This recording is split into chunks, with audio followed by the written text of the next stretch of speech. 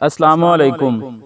مکہ معظمہ میں حرم کعبہ کے اندر پاکستان کے بڑے بڑے علماء ایک جگہ تشریف فرما تھے کہ اچانک ایک عربی سامنے آئے۔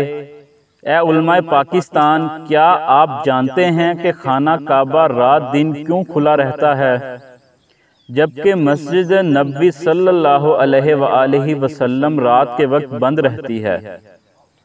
ایسا کیوں ہے؟ اور مجھے جواب صرف اور صرف قرآن مجید کے حوالے سے دینا۔ پاکستان کے ان علماء میں حضرت مولانا مفتی محمود مرحوم و مغفور بھی تشریف فرما تھے۔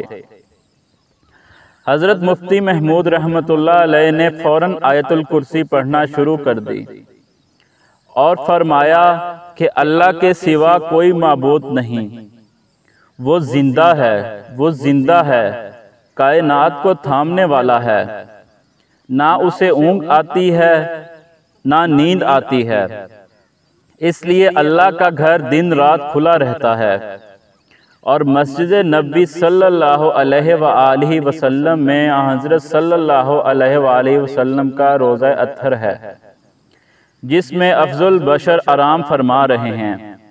تو چونکہ نیند انسان کے ساتھ لازم و ملزوم ہے، انسان کو آرام کی ضرورت ہوتی ہے، اس لیے رات کے وقت مسجد نبوی صلی اللہ علیہ وآلہ وسلم بند رہتی ہے، جبکہ اللہ رب العالمین آرام سے پاک اور مستثنیٰ ہیں، اس لیے خانہ کعبہ جو اللہ پاک کی تجلیات کا مرکز ہے وہ دن رات کھلا رہتا ہے۔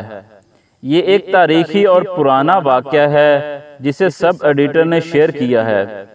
پچھلے 10 سال سے مسجد نبوی صلی اللہ علیہ وآلہ وسلم میں باب اسلام اور باب البقیع جہاں ریاض الجنہ اور روضہ شریف ہیں وہ 24 گھنٹے کھلے رہتے ہیں۔